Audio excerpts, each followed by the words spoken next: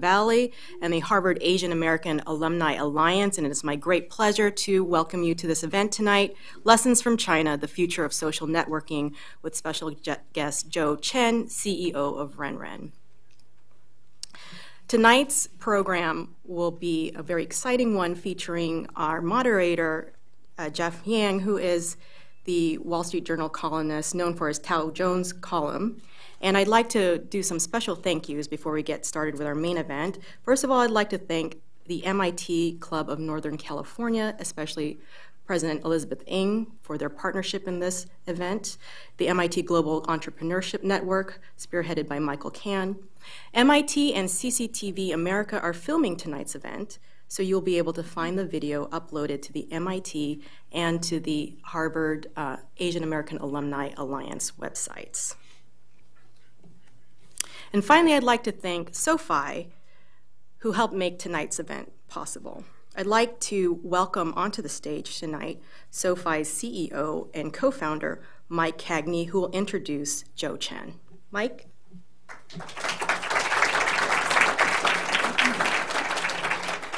So I have the most superfluous role tonight because I was introduced to introduce Joe.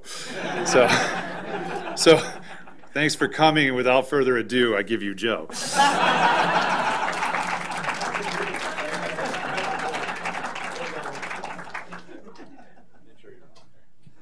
That's the best introduction. It's disintermediated, I guess. Yes. I'm Jeff Yang. I'm the one who's Jeff Yang on stage, and this is Joe Chen. And it is absolutely my pleasure to be here on behalf of H4A, the MIT Club, and of course SoFi. It's a terrific stage for us to be on here at the Walt Disney Family Museum.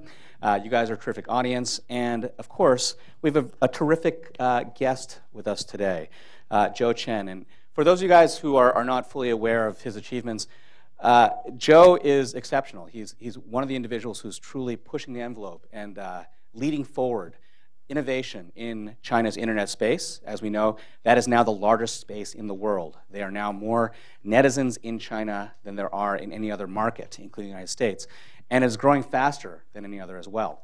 And a big part of that growth is coming because of visionaries, innovators like Joe, who have seen opportunities and pushed forward to embrace them. But Joe's footprint, Joe's background doesn't just limit itself to China. He went to school here. He went to the University of Delaware and got a physics degree there. He then subsequently went to MIT and got an engineering degree, correct? And then he came here to California to a little school called Stanford and got his MBA at the GSB. So he's home here as well. And welcome back home, Joe. Thank you. So we want this to be a conversation, which means I'm going to be talking to Joe. We're going to go through, his background, the world he comes from, the landscape of China itself, and how it's evolving. We're going to talk a little bit about where he sees China going, some of the insights he's developed over the course of his years in that space. And we're going to talk, of course, about why he's here in the United States, the company that he chose to invest in, SoFi, and some of the problems that SoFi is addressing. Just because, when we talk about China, and we talk about especially Chinese Americans and Chinese, education is so much at the core of why people come to this country and why they are so hard on their children.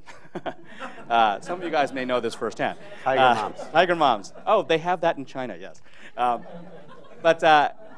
But education is opportunity, and education truly is part of what makes the future possible. So we actually are going to talk about how that happened for Joe first.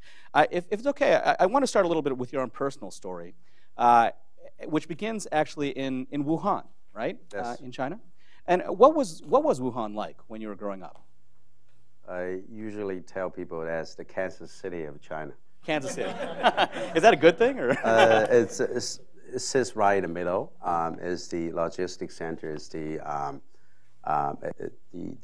Beijing and the Guangzhou Railroad going across it, and the Yangtze River is the sort of Mississippi of China going through it. So when Budweiser tried to expand. They built their first logistics center in Wuhan. So that tells you how important is that. It's a place where people go through to get elsewhere, is what you're saying.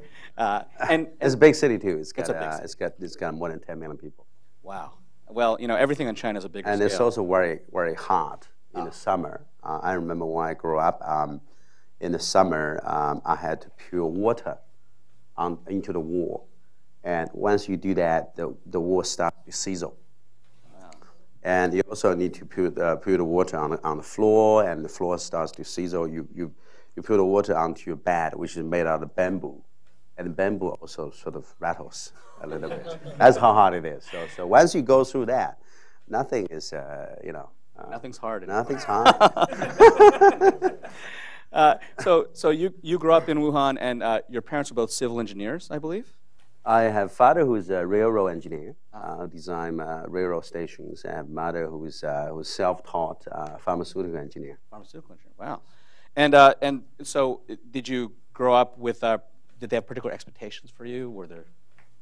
When I was growing up, my family, especially my mother's side, is a family of scholars, and there's a lot of engineers and scholars, professors on that side of the family. So when I was growing up, I was always assumed that I was going to become an engineer, and I ended up studying physics in China because I had relatively good grades among my. Among all my grades courses, and I ended up switching to engineering after undergrad, because at that time my family was still surviving in the U.S. I feel the need to go out there and getting a job really fast and be supportive to my parents. And engineering seemed like that opportunity. Yes. Now, at that time, yes.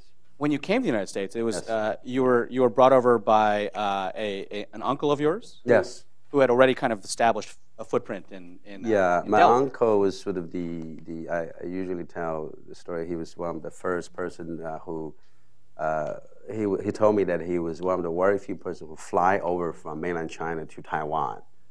After the Japanese surrender in the Second World War. And it was also one of the first person who came out of the Taiwan to U.S. to study. So after he retired, he somehow got himself into the mushroom business in Delaware. Really? Yeah, and he was a pioneer in that. So and that's how I ended up there. Yeah, the mushroom business. That was one of the first bubbles, actually. It looks like a bubble. Exactly. So he invited your family to the United States, sponsored you guys to come over, and then you attended University of Delaware and got your, like you said, your physics degree, and then went on after that to get an MS in mechanical engineering at MIT. Yes. Right? And then after that, you worked for a while. Yes. Right? What were your first experiences working in the United States?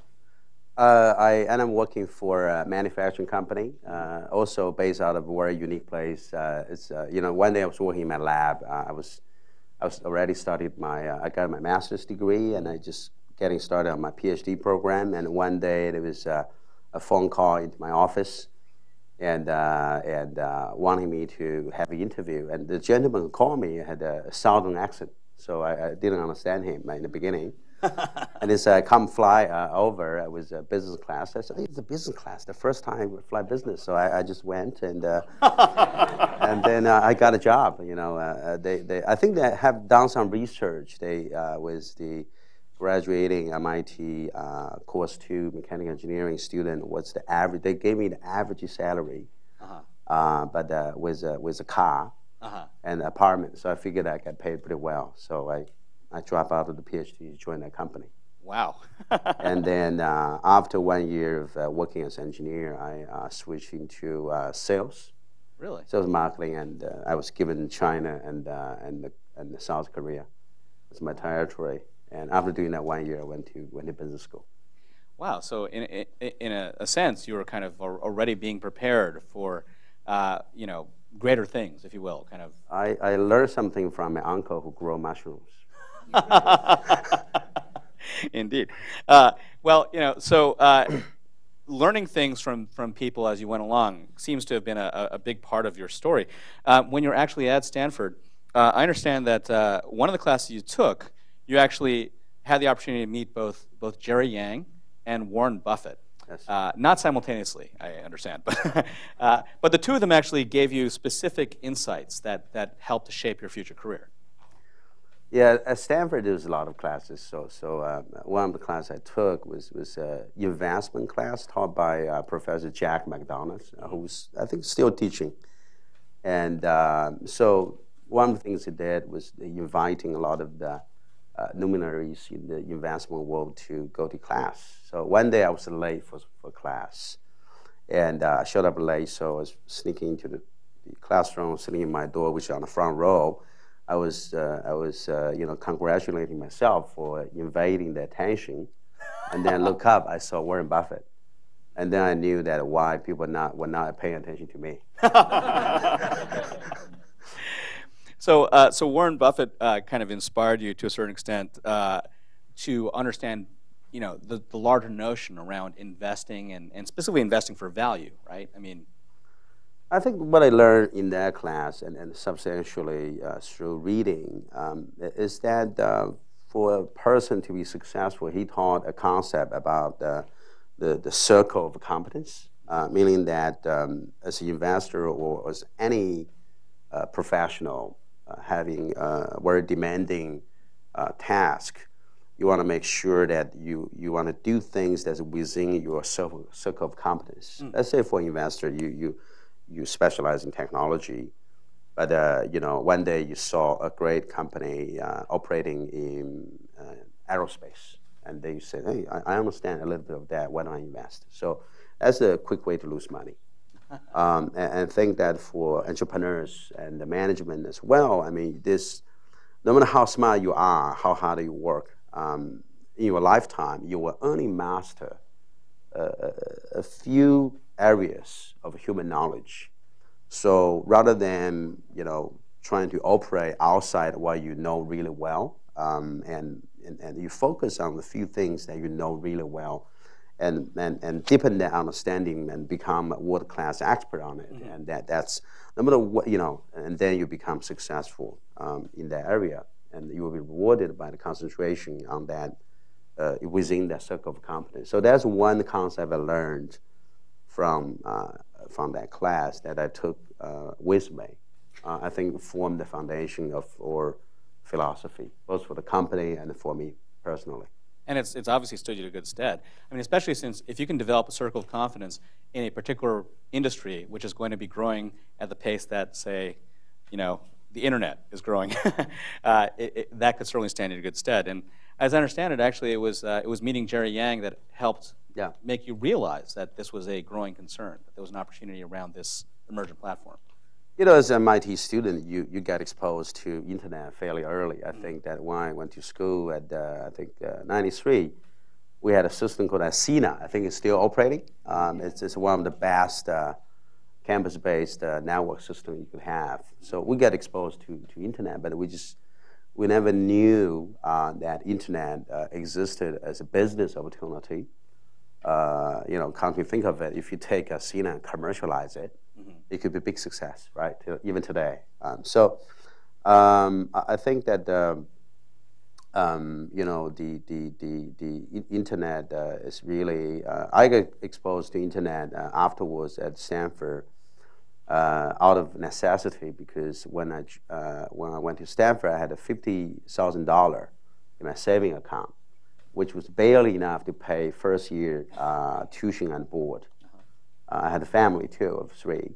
Wow. So I after paying the tuition, I put all the money in the stock market. That was in '97. I got lucky. The money keep on reproducing themselves. And by the like time, mushrooms, I suppose. Like mushrooms, again, like mushrooms, with no fertilizer. And the money grew into $200,000 when I graduated. So I benefit greatly. At that time, there was no SoFi, so you have to get your tuition from somewhere, not from alumni. So it's I benefit from that revolution, and plus the meeting with people like Jerry really fortified my desire to carve out a career in that new technology.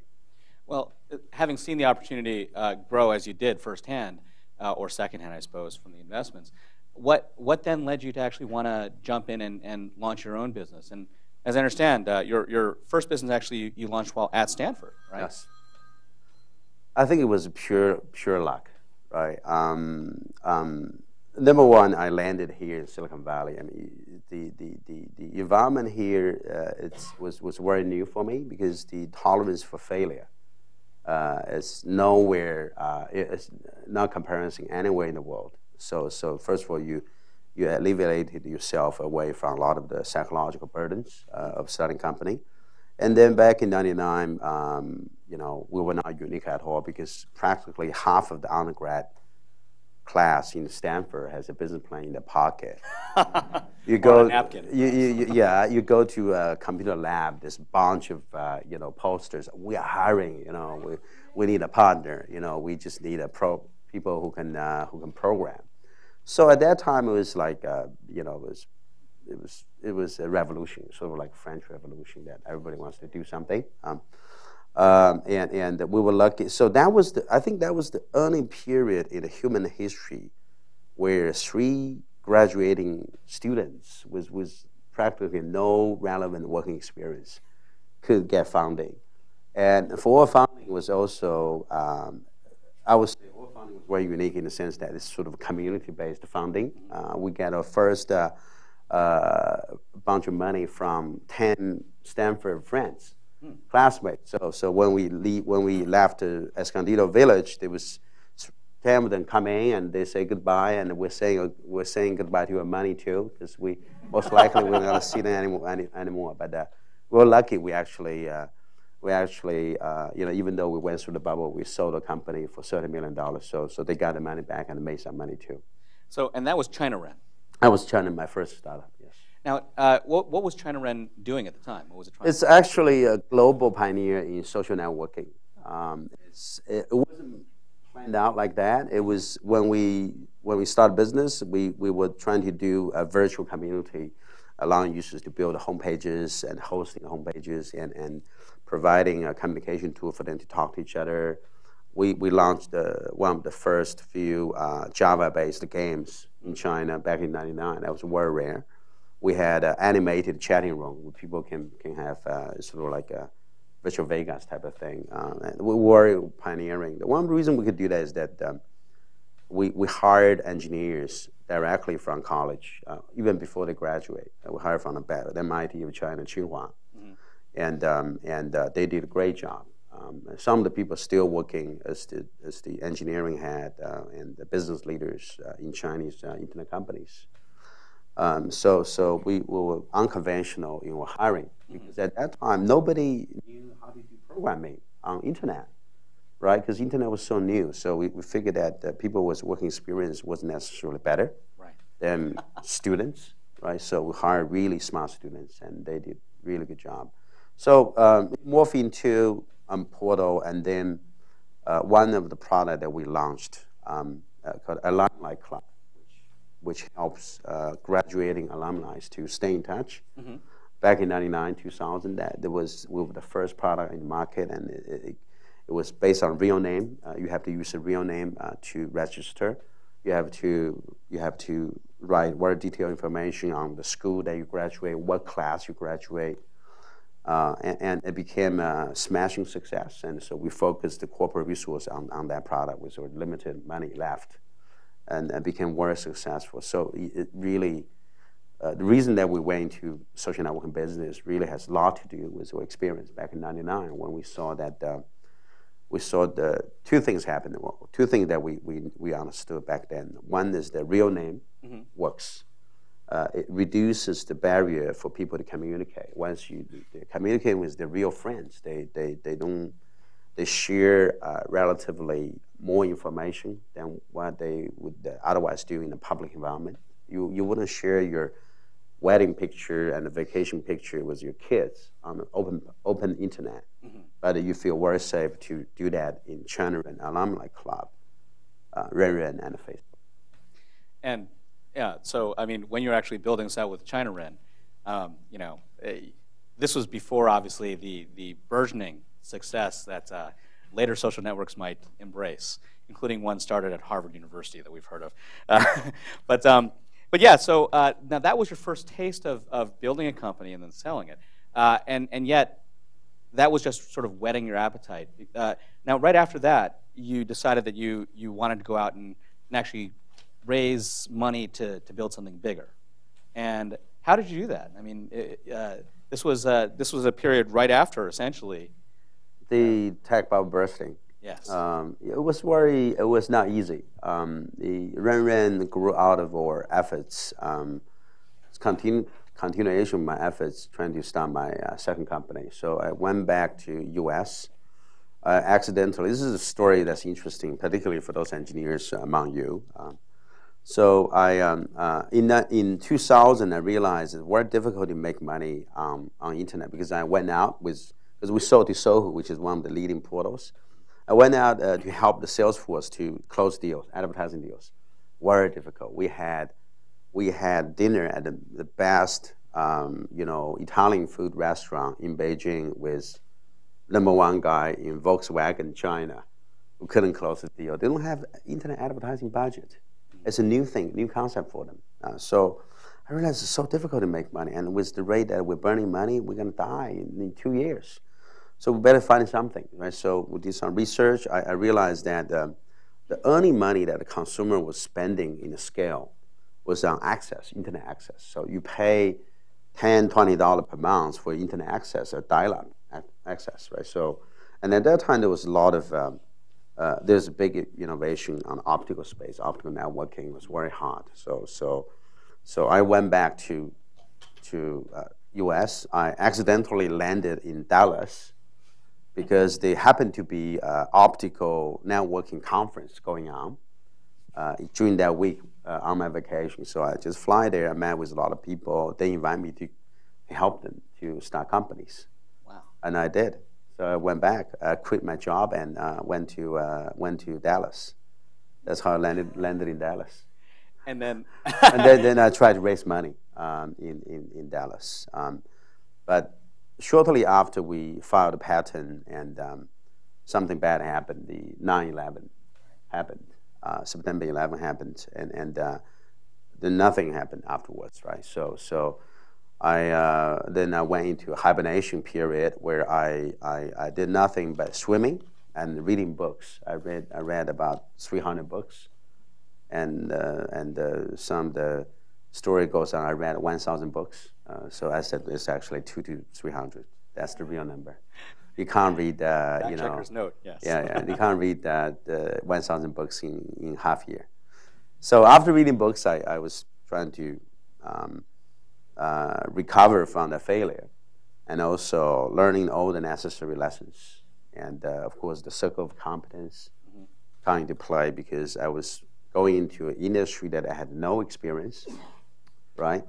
I went into a city that I have never been to before, no network support, right? So I failed every cardinal rules of starting a company. So then I said, my real advantage is really on consumer internet, and it's in China.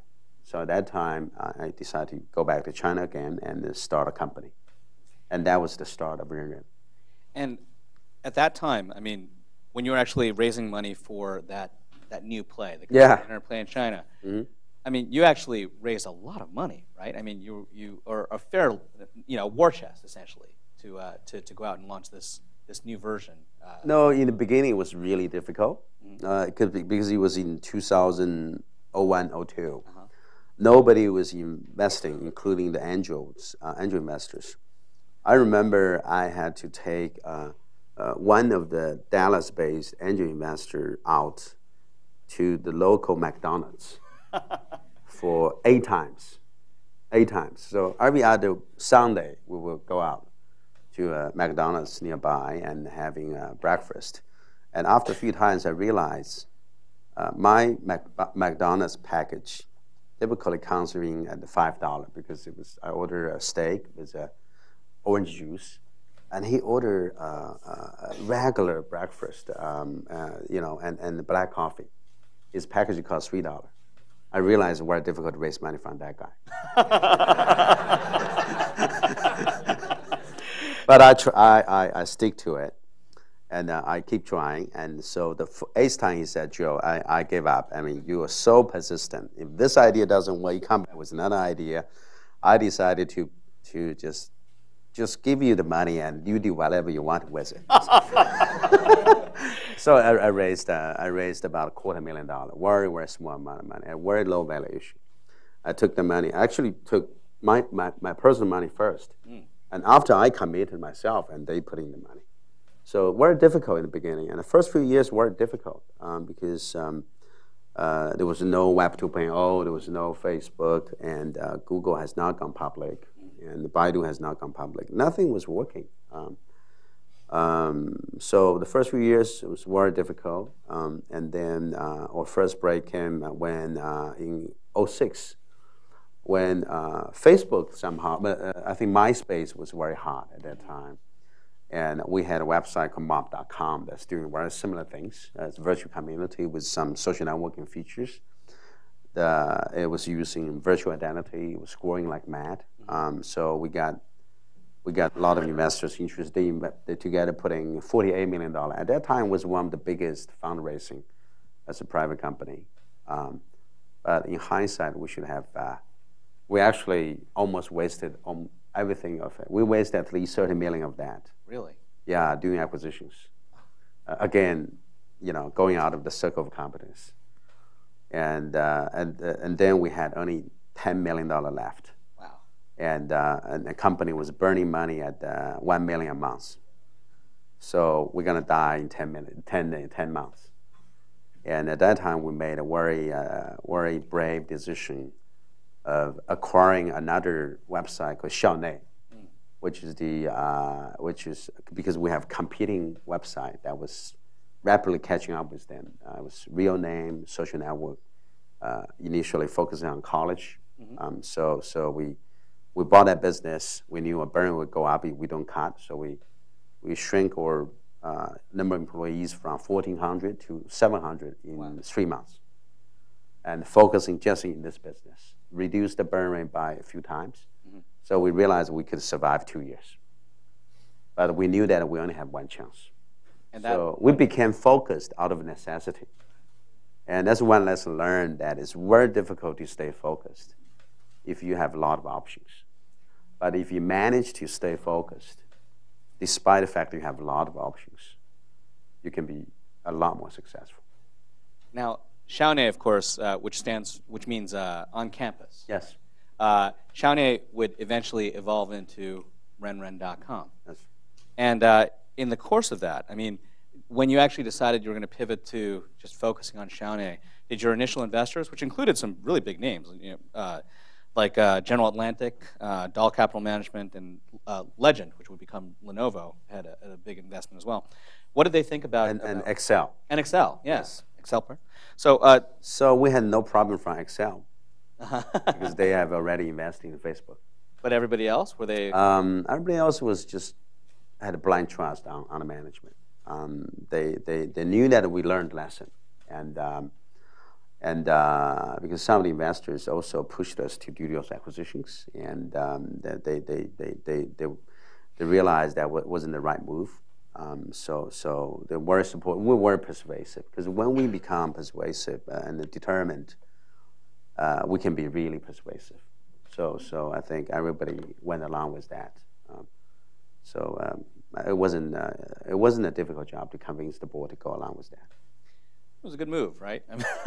Over the course of the next couple of years, in 2009, Cagney would change its name to Renren, and then by 2010.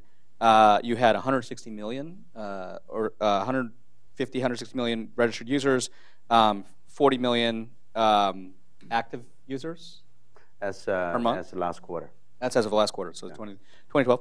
But in 2011, you guys did something which, to this day, even Facebook hasn't done yet, which is you guys took Renren public.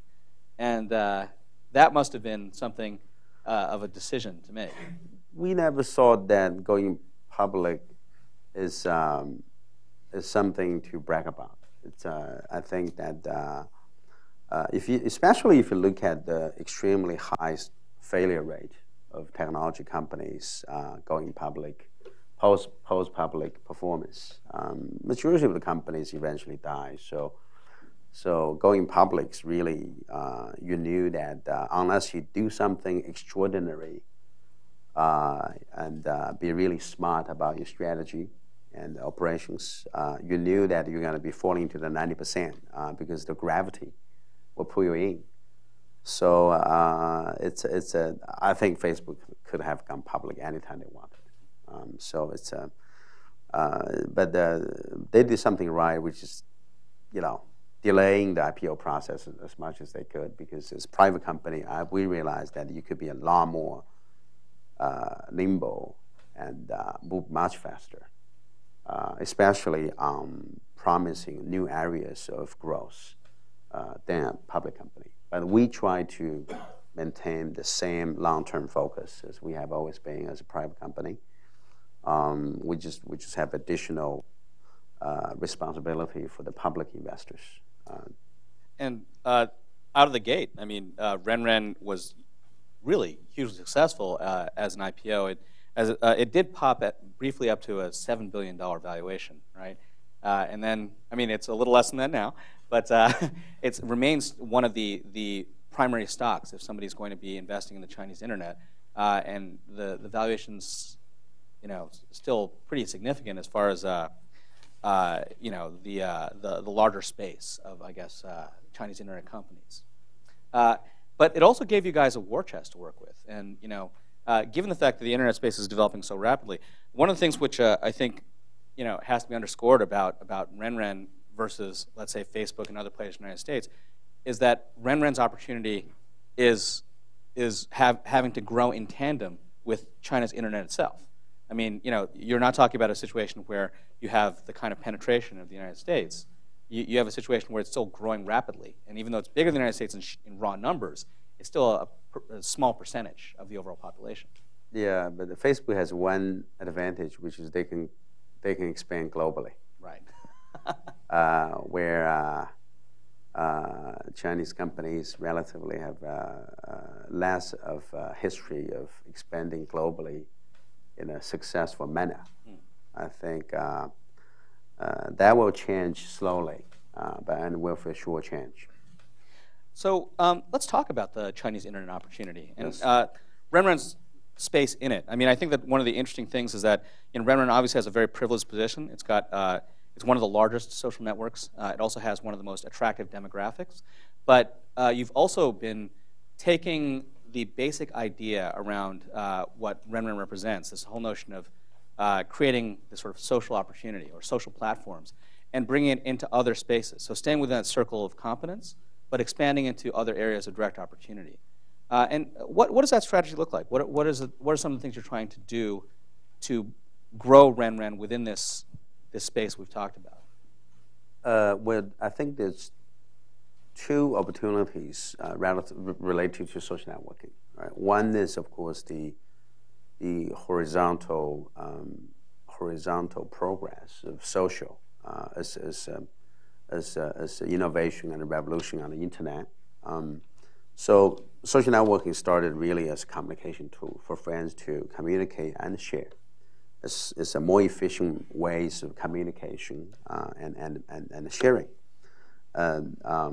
which is what the users want, right? So our product philosophies is we want our users to be able to. We want to enable users to do things they want to do in the shortest time possible, right? In the most time cost-effective way possible. So our core value is really saving users time to do the things they want, and then you will find out that the users, if you can do that, users will spend more time with you. Maybe they spend 10% time with you, more time with you, and they do twice the amount of things they did before. So that's how human society is moving towards you, more efficient ways of doing everything. So for us, I think the horizontal opportunity is really, after you have perfected the sharing and the communication, I think the next step of the innovation will be related to content. Because really there's only 4 categories of applications on internet, right? You have communication, content, which includes search, and then you had entertainment, which mostly is gaming, and then you had e-commerce.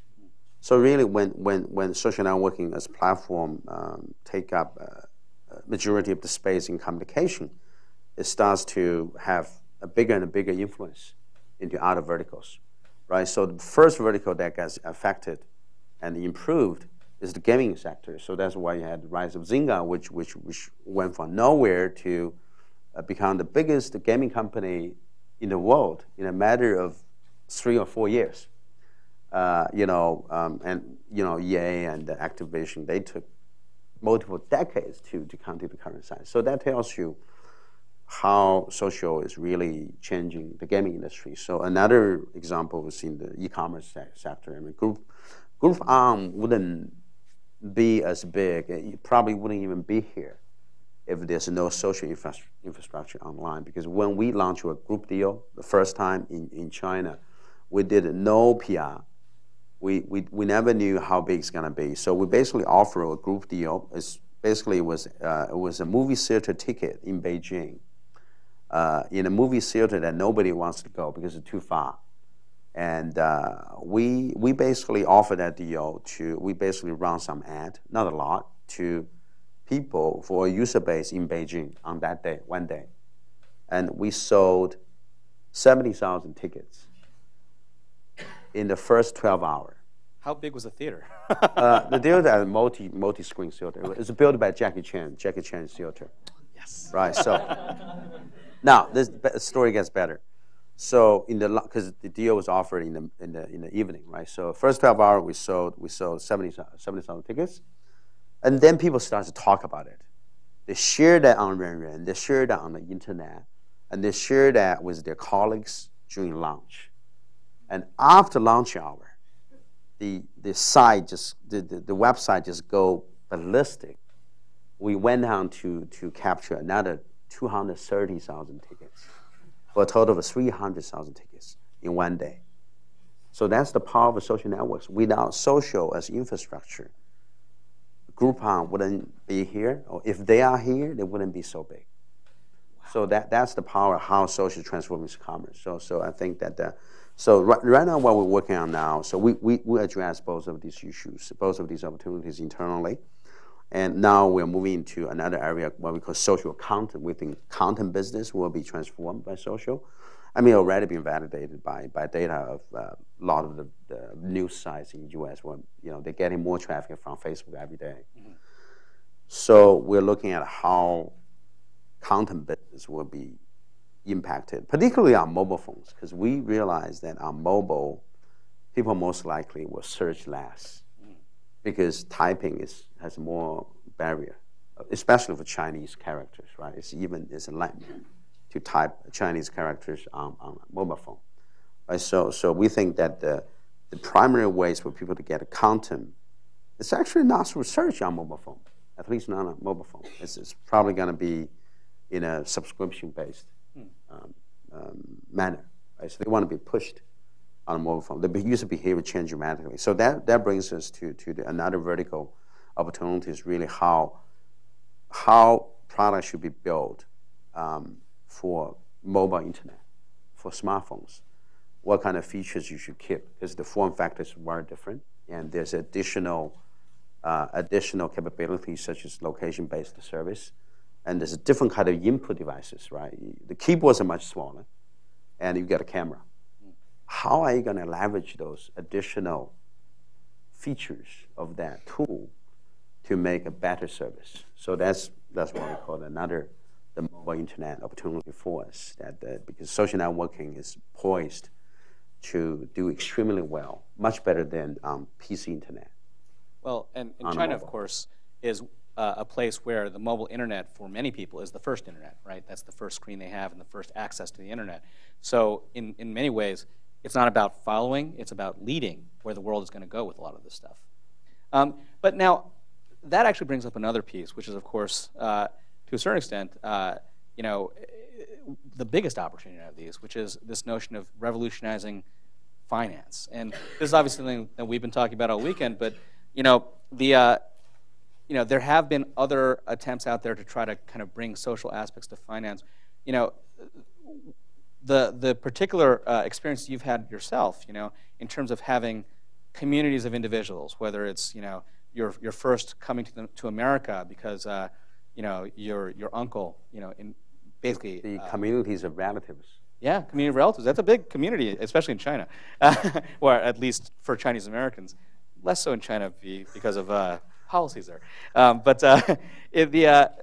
when you actually launched your first business, it was a group of a community essentially that funded you there. Mm-hmm. So, what is it that makes you think that finance is ripe for revolution from the social side as well? Well, we actually saw internally about the how to increase or per user value, because we have a large user base, but we're only able to make a small amount of money. Last year we did $120 million revenue. That's very small compared with the user base. So we realized that financial services might be one of the ways to increase revenue. And providing service, because we know that because you sort of can you can use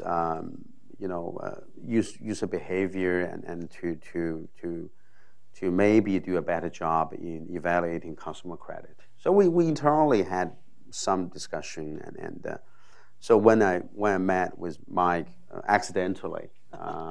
In a similar conference like this, after the conference, we had a 5-minute chat, and Mike was telling me what he did at Stanford, which was last year was raising $2 million student loan from alumni, and I thought that was a brilliant idea because just like from my Renren experience. When we realized that you could do photo sharing back in 2006, because when we did Renren, there was no photo. There's a very small amount of digital photos on the internet, right? So at 2006, it's very different. So we immediately saw it, and so always with Mike, we said that's a great opportunity because student loan is such an inefficient market, I know this from experience. A lot of the students, couldn't go to their most desired school because the family doesn't have the financial resource or doesn't have enough financial resource to send the kids there. So and we all know that if they go to their desired school, they'll be happy and they will be have more than enough means to repay the loan, right? So there's a lot of lost opportunities there, and plus I think that just the social networks, I think very similar to Groupon, even though Groupon, Facebook, and Twitter are not directly linked, but they provided a lot of plumbing to make the information flow a lot more efficient. So for this case, because majority of the college students are already on social networks, and student loan is probably the biggest expenditure or financial balance sheet. So it makes a lot of sense and plus there's a lot of needs for the alumni to do something for the school. Right. So I think that no-brainer. I made my decision to participate and help Mike in 5 minutes, and I was on my way to Hawaii. You just say just stay 5 more minutes and talk to you, and that's what I did. And very quickly. Well, the really brilliant ideas, you don't need that much time to see it. Obviously, part of it is because the core principle around it, education is something which is very close to your heart and that of kind of Chinese society on some level. The whole notion that investing in education is investing in the future. Investing in the future is investing in the nation, right? I mean, that's always been at the heart of Chinese society. Let's talk a little bit about education. I mean, so you came to school here in the United States. You went to school, for a while in Wuhan, but then most of your education's here. And actually, a lot of your executive team also came to school in the United States. Is there something about American education? I mean, given that we have a lot of Harvard and MIT alumni here, that is different still than what is offered in China, and how is some of that changing? That's a very good question. I actually had similar discussions in China with some people, even on conferences, when people ask that question. I had college education both in China and in U.S. And so I can tell the real story is where. So when I was a physics major in China, I was not required to take any humanity classes, except one, which is the Chinese revolutionary history. Required. If you fail that one, you're not going to graduate. So I took that class. And when I went to Delaware, I studied physics, right? And then they said, you know what, you need 30 credits in humanities to graduate. I bypassed all my math requirement. I was taking graduate level physics class, and I did really well. But I realized if I don't take this humanity class, I was not going to graduate. So I went on to take classes in psychology, classes in macroeconomy, economics, and classes in English writing, and classes in short stories, English short stories. It was quite an eye-opening experience. And I still don't have enough, credit. So I convinced the professor of East Asian history professor. I said, my Chinese revolutionary history really fitting well with that description. So I ended up translating a lot of credits over, and I still don't have enough credits to graduate. I think I was short on 3 or 4. So after getting admitted by MIT, I had one more semester to graduate, right? So I took a philosophy class. Wow. And I got my lowest grade in my entire life. C-. And then I got scared because it really lowered my grade GPA, right? So I called up the MIT admissions office. I said, I did really well in this philosophy class. Do I still get it? And they said, you're fine. You're fine. You're already getting. So, so basically, the value of a liberal arts a generalist education is extremely beneficial. For those of you who take this for granted, comparing with the more specialized education in China and the Soviet Union, they graduate first-rate engineers, but you don't necessarily have first-rate scientists or first-rate anthropologists. There are some good ones, but the percentage-wise is lagging behind the first-rate engineers that China produce. And I found that I found out through my own experience that a multidisciplinary knowledge base, you don't have to be too deep. You just need to be exposed to the best ideas that's created by the pioneers in those disciplines. Mm-hmm. And just getting exposed. As a physics major, you probably want to study a little bit about evolutionary history, mm-hmm. right? Because that's you probably get some ideas from how biological system evolve and compared with how astronomical system evolve. And there's some similarities. You deal with time and different forces in time. There's different speed of evolution, right? So things like that, it gives you really high level, knowledge on certain things, how fast things move, mm-hmm. Based on how the system is governed, and also the natural forces, the strengths of the force, right? So you take those analogies in physics and apply that to the industry working, right? So we have our own theory on how our industry will consolidate, will evolve, but it's all based on system science, right? But in order to make good prediction, you also need to understand human. And the only way to do that is to read and study humanity. Psychology, philosophy, history. and sociology, anthropology, right?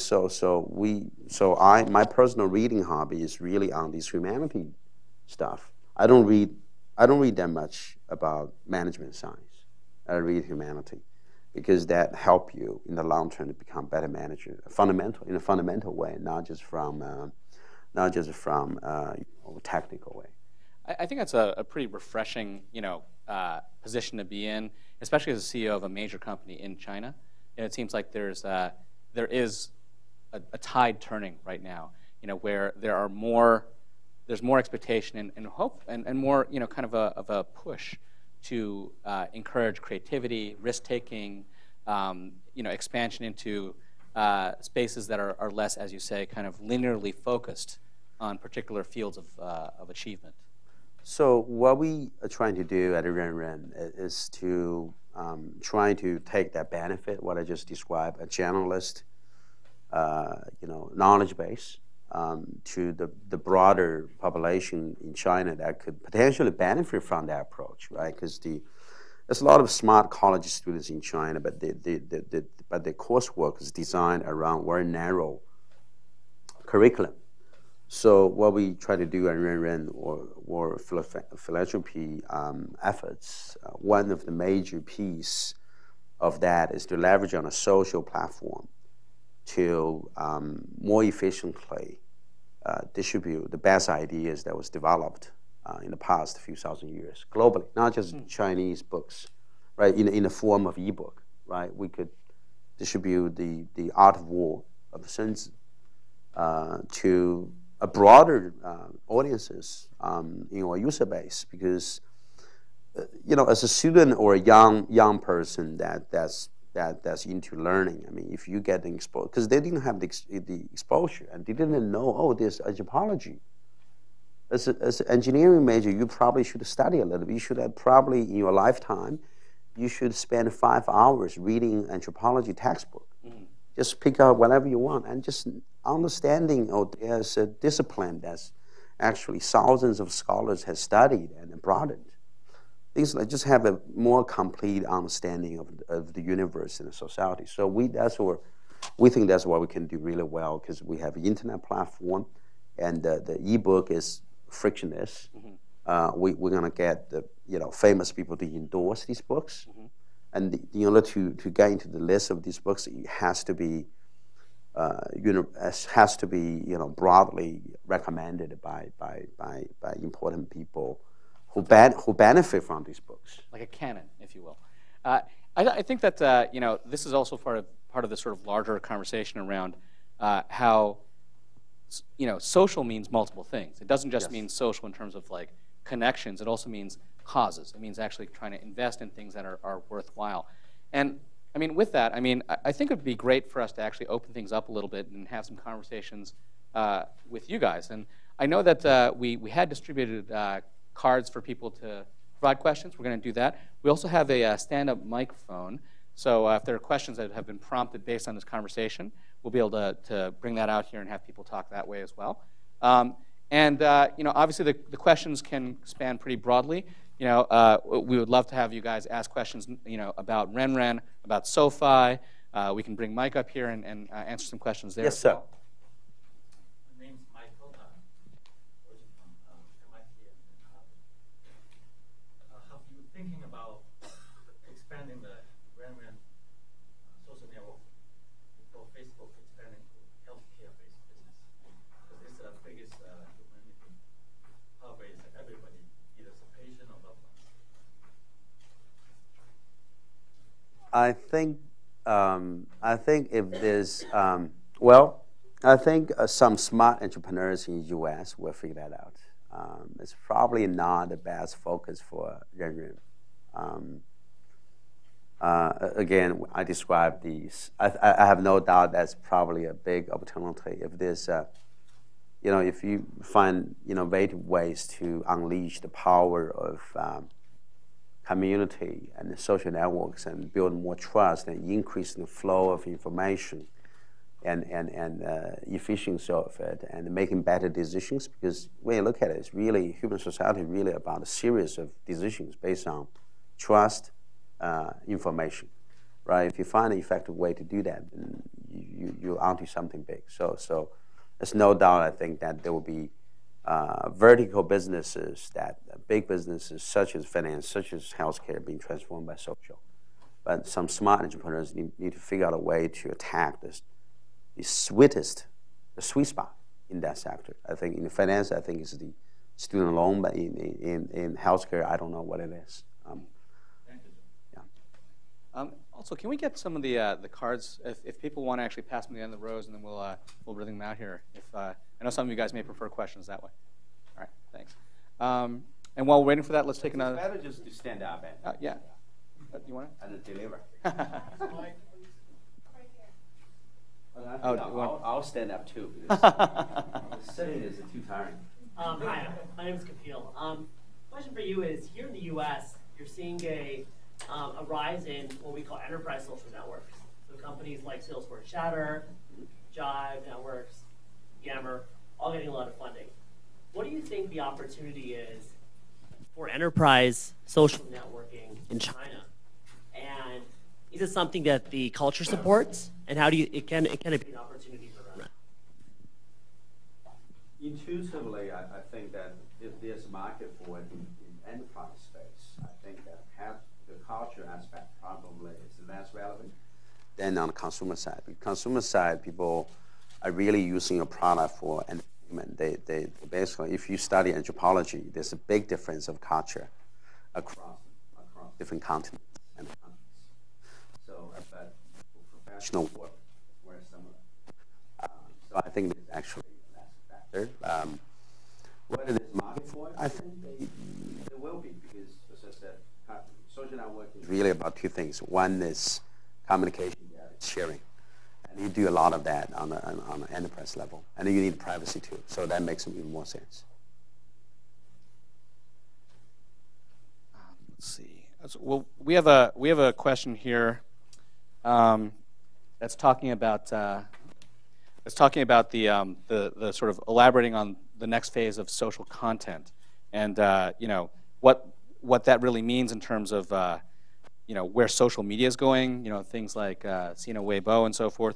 How to essentially improve the quality of content if it's being generated by a social network, both reliability and accuracy, and just sort of turning it into something that can clearly stand up to the test of something you'd want to distribute. So what's the original question? Just sort of elaborating on what the next phase of... Elaborated too much, I think. I lost the main picture. Be focused, please. Yeah. Okay. I got to get back to my circle of competence. Yeah, actually, the question is actually, could you elaborate? Yeah. So I'll give you one example, maybe that will serve its purpose.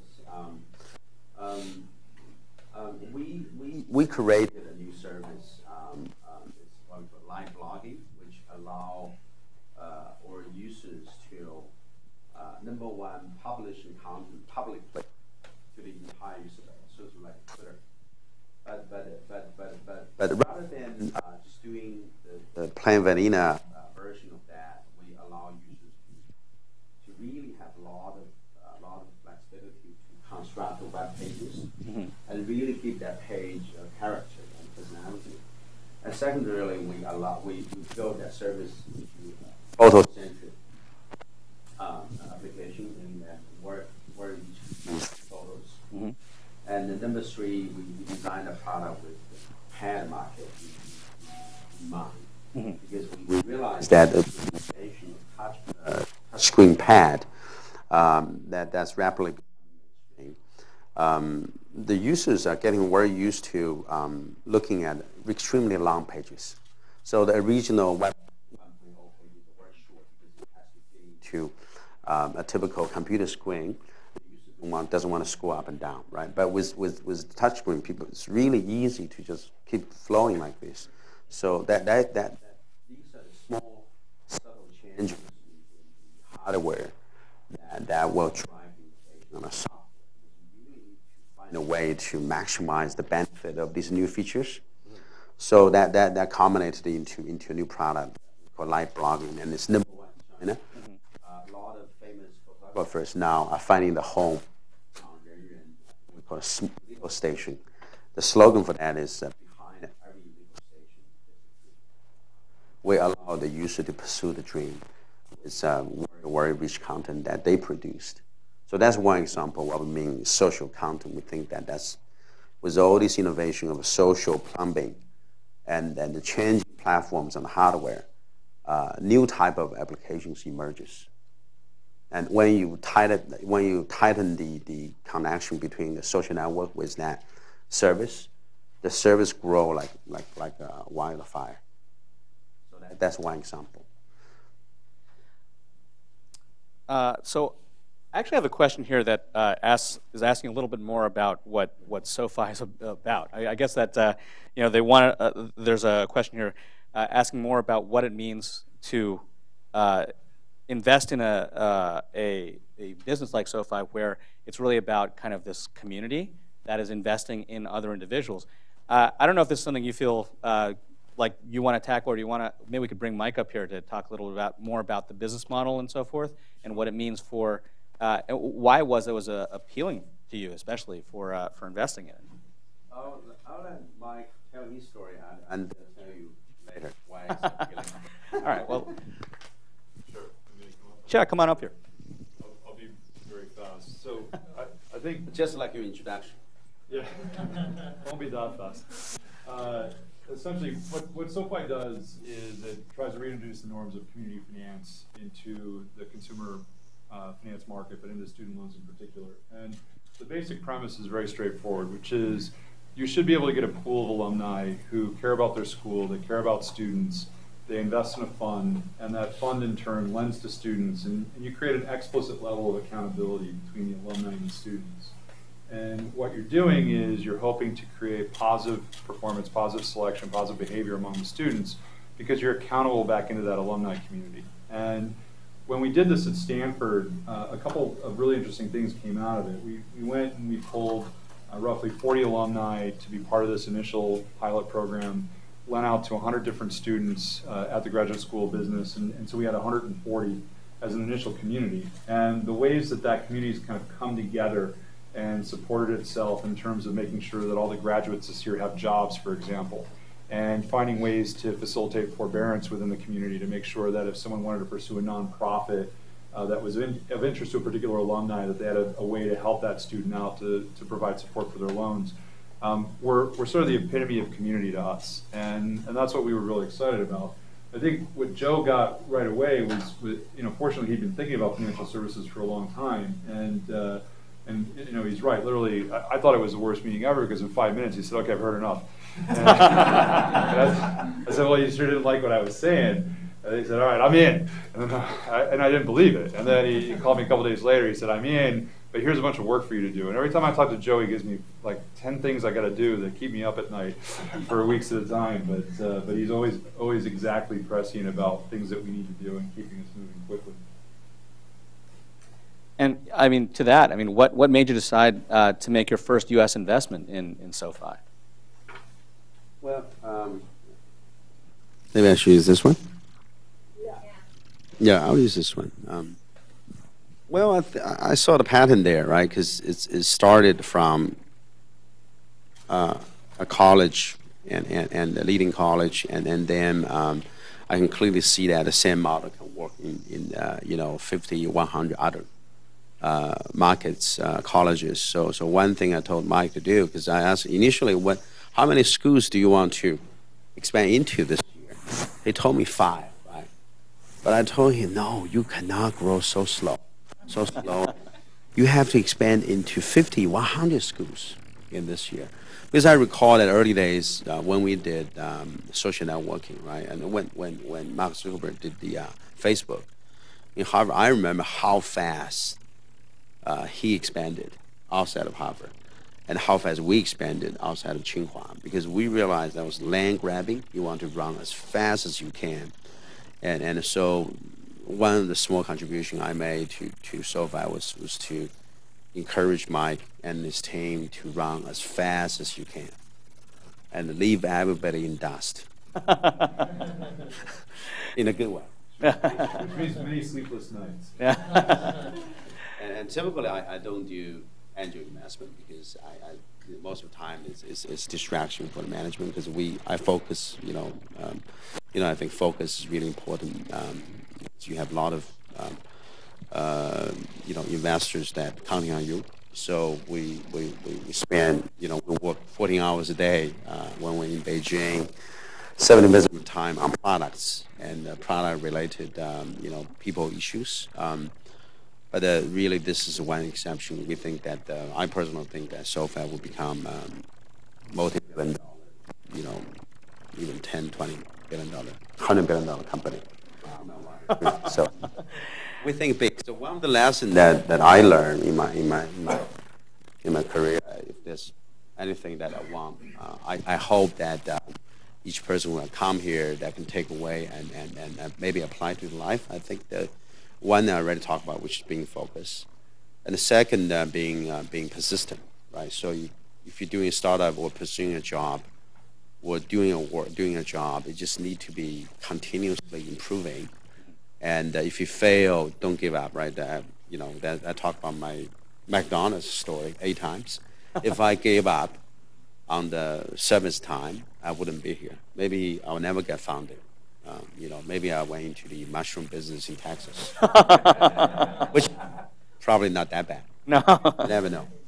And thirdly, which is I think that is really be ambitious, meaning that setting a goal really high. And I learned that from one of my investors, which is Masa Songsan of SoftBank. Oh, yeah. Who is a legendary figure in Japan. And he came to U.S. when he was finishing high school, or even before he graduated high school. He went to Berkeley for his undergrad. And when he was in 20s, he had a plan for himself for the next 50 years. He said, the first decade I'm going to do this. The second decade I'm going to do this. He did all of that. He was exactly following those goals. So 2 years ago, he made the next 30 years plan for SoftBank, and he now whether we want to do it, have a 30-year plan. Initially, we thought that was nonsense. How could a technology company have a 30-year plan? And he said, Joe, you need to think big, and you need to think long term. So we did have a 30-year plan internally. We don't talk about it publicly. I shouldn't talk about it today. But I think that the lesson is to really think big. Long term. When you think long term, you have to think big. Because what's the point of staying long term if you don't think big? Wow. So let's take some more questions, I guess. Over the middle there. What do you think of the censorship campaign that's going on against social media right now in China, particularly against micro blogging sites? It's the regulatory framework that's been around for a long time. I think every company, especially public company, has to work with that. For the past few years, ever since we entered into the social networking business, that's what we have been doing. We're complying to the law locally. Julie Budapesti, linguistics, Harvard, MIT, Stanford. Thank you for sharing. Wonderful to hear it from the other side of the bridge. And you mentioned that so many companies have made it globally who started out in China, but it seems that some American companies have been pretty good expanding globally. I guess from your very high-level insight, could you give us some of the factors, what have caused that, what were the root causes, and maybe for people who are going either way, what should we be considering?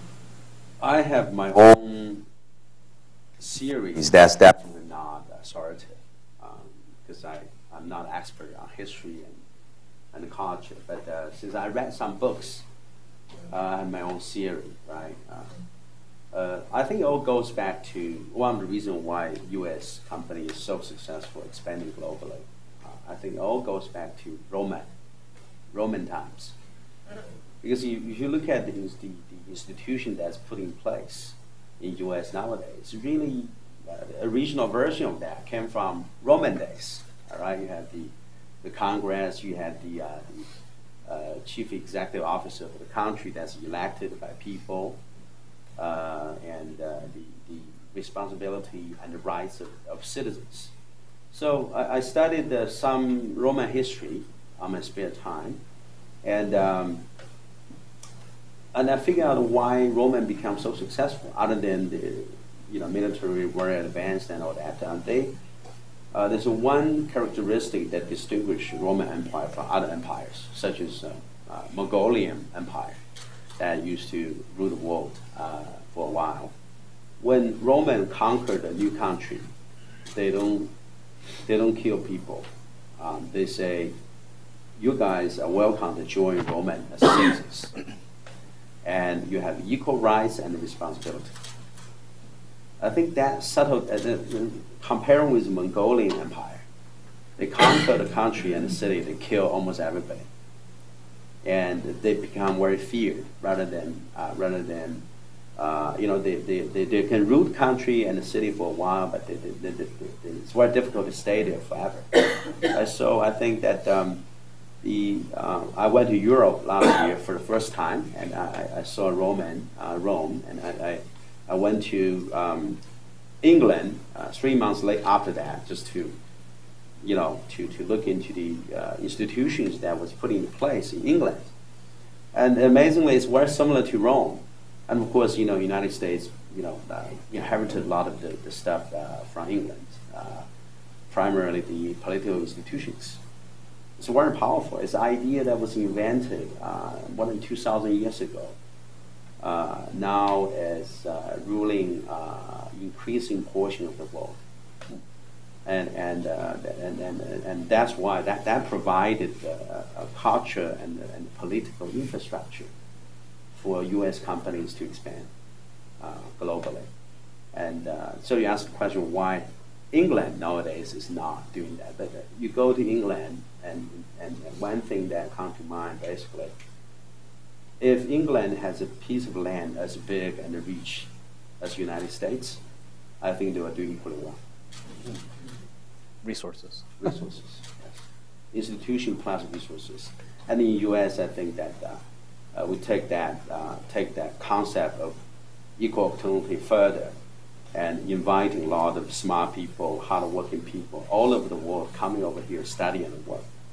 And that give this country tremendous advantage in human capital, and then plus the natural resource, plus an institution that's proven even 2,000 years ago. It's pretty powerful weapon. So I have a question here, which I think is kind of interesting because it brought up something which I asked you before, which is really about the fact that Renren was one of the first platforms in China to actually have an open platform, meaning it allowed other people to build on the API, and allowed people to sort of create plugins essentially. Yes, we learned something from Romans too. To be open. So how does that change what Renren's positioning is in China? I think at the time we're one of the first, probably the first internet company to offer an open platform, not just in China but also in Asia. There's quite a few social networks in Japan at the time. And we did it because we thought that instantly that was the right idea to do. Because you leverage on the creativity of the large communities of your ecosystem. And because large companies are not very good at creative stuff, generally speaking. And in general, smaller companies, entrepreneurial companies are better at that. So as a big company or a company that's that's inspired to become a bigger company, you need to really pick your playing ground, right? I mean, you want to be the infrastructure, the boring stuff, and the scalable stuff. So you need to proactively, choose what not to do. So we like that idea very much. That's why we did it. And what were some of the first applications that actually came out on this? The first application was the world's first farming game. Even earlier than Farmville. It was called Happy Farm, and it's a farming game with Chinese characteristics. In the sense that basically it allows the users not just to help help each other, right? If you want to. Collective farm or something? Yeah, you could fertilize your friends, stuff. You could pick the fruits. You can do that, but the most importantly, it allows the user to steal some vegetables from their friends, because it's like a poking, right? It's like a friend. People, if it goes into a stage where the grandmas are getting up 3 o'clock in the morning to steal vegetables from their neighbors, virtually. And after a while, it becomes so popular that if your vegetables, nobody steals your vegetable, something wrong with you. You're not popular. You're socially something bad with you. So if you're stolen, you're happy. That means people care about you. So it's become a sensation, and it drove the growth for business in 2008 and 2009. And then Tencent starts to offer that, and then Facebook starts to offer that. Build by Zynga became a global sensation. I don't think I have seen a second social game so far that's more successful than farming games. We have yet to invent another one. I think it's either fishing or mushrooming. Mushroom farming. Any other questions? Right here. My name is Vanessa Garcia. I'm in education, and it's refreshing to hear you speak about the liberal arts and how you embrace that. My master's is in Harvard education, and as a former Princeton mission officer, I also address those issues when I'm giving presentations. My latest research topic is on how character factors into the highly selective admission process. Could you... Admission process? Yes, in the highly selective admission process. And I've seen it bear out. I'm a counselor, and I've seen it bear out some of the clients I've worked with. And could you comment on how that would factor into the highly selective admissions, as well as in your hiring practices? We borrowed a few pages from the best practices and in the Western world. For example, I think certain banking firms on Wall Street practice hiring standards of PSD. P stands for pool, S stands for smart, D stands for determined to succeed. Poor, smart, determined to succeed. Determined to succeed, success. Right, so for us, we look at or hiring standards for engineers. Of course, we go to best schools, and hiring smart kids with programming experiences in working environment. We're looking for people with working certain experience and good grades, and that's easy. But as you move into hiring, product managers, we are actually looking for well-rounded people. Not necessarily with engineering degree, but it could be architecture degree. It could be with literature degree, as long as they have a few things. One is the sensitivity to user needs, sometimes psychological level, right? And secondly, have a great appreciation for simplicity and beauty, because Apple pioneered, art combining with technology, and that's why it's so successful. And I think that as a result of that, other companies saw the benefit of that. They're also moving towards in the same direction. I described the new product about the live blogging. It's actually designed in a relatively, it's probably one of the best, most elegantly designed products so far from us on the PC side. So we recognize the value of injecting, art into a product, because it's much cheaper to implement art in internet product than on hardware. Because on hardware, you have to search globally for the best material, and it costs a lot of money and costs time delays. But on the internet, if you can think about something, you can do it immediately. So we saw that as a very, very low cost for experiments. So they gave you some examples of hiring criteria. So in general, we think that for business leaders, the characters, so for product people, you need people who are very well rounded, right? For engineers, you want raw intelligence and good grades and good programming experience. And for management, it comes at different shapes and forms. But I tend to agree with the idea that one of the Stanford writers wrote before from good to great, Gene Collins, I think, he talked about the level 5 leaders. They said they have 2 characteristics. One is the will, very strong will. They want to get something done, and they want to drive the whole organization to achieve a certain goal. And the secondarily is very important is they also have humility. And we all know that when a person is very successful, they tend to be less, they tend to be more full of themselves, including me, particularly me, right? So I found that I have both virtues, they just don't exist at the same time. So it's very hard to find people like that. So I think in terms of admission, we also want to build a model. I think for highly selective admission operations, I think you have a wealth of information that you can build. Maybe you can borrow something from Moneyball, the baseball practice, right? And just take out certain characteristics that you think is important and do aggression, and then see whether those things are important. And once you identify those important characteristics, you could apply. You can design interview process and admission process to collect more accurate data on those things. So I'm not involved in the admission process, but I suspect that will be the type of thing that you can look into. I'm gonna have the best fantasy university team ever now. I think we only have a couple minutes, right? Oh, no minutes. Maybe one more. Okay, let's have one more question. So far. I really love this audience. Let you pick it then. Yeah, okay, this lady. Okay, so I'm just wondering what keeps you awake at night these days? Okay, I've been asked that question a lot. Nothing keeps me awake. I'm very good at sleeping. As a matter of fact, I fall asleep yesterday during dinner because the jet lag. So.